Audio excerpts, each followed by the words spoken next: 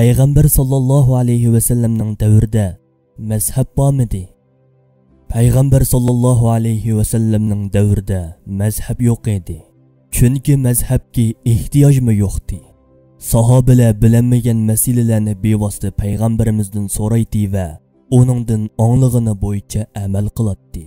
Ya'ni bir asr keyin dunyoga keladigan mazhab imomlarining vazifasini o'z vaqtida payg'ambar alayhissalom bevosita o'rinlagan edi.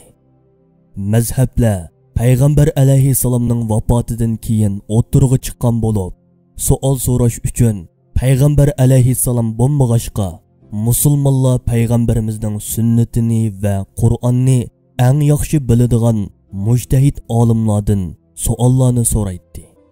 Bu olimlarmi Qur'on va sunnatdan chiqargan javoblarni ummatga o'rgatadi.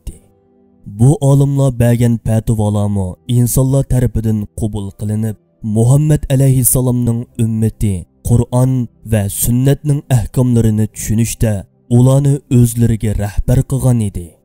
Ammo oz bir o'chim talaysizlar buning sirtida qoldi.